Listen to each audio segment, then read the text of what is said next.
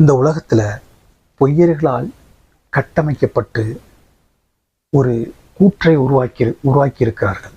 அது என்னன்னா, நல்லவர்கள் வாழ தகுதியற்றவர்கள், நல்லவர்கள் ஆள தகுதியற்றவர்கள், இவர்கள் வாழ்க்கையை எளிதாக வாழ இயலாதவர்கள் என்று பொய்யர்களால் கட்டமைக்கப்பட்டிருக்கு.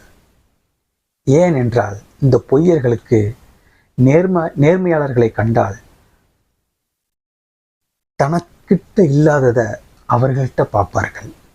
உண்மையாளர்கள்ட்ட என்னன்னா, உண்மை, நேர்மை, துரோக-இன்மை,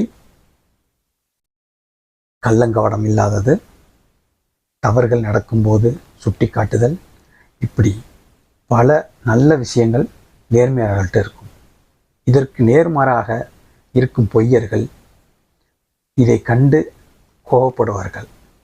ஏன்னா உங்களுக்கே தெரியும், எல்லா கபலிக்கடமும் செய்ய விரும்புபவர்கள் பொய்யர்கள், எதிர்மறையாக இருப்பவர்கள் பொய்யர்கள்.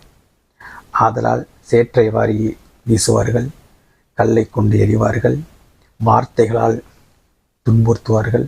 பல விஷயங்கள் நல்லவர்களை நோக்கி நடந்துக்கிட்டே இருக்கும். ஆனால் நல்லவர்கள் செய்ய வேண்டிய ஒரே விஷயம், என் அனுபவத்தில் பார்த்ததில், படித்ததில், கேட்டதில் அமைதியாக இருங்கள். நீங்கள் ஒன்றும் செய்ய வேண்டாம், கர்மா பார்த்து கொள்ளும், இயற்கை செய்துவிடும். நீங்கள் பல நேரங்களில் இயற்கையோட சீற்றத்தை பார்த்துருப்பீங்க. அட்ரஸே இல்லாமல் போயிருப்பாங்க.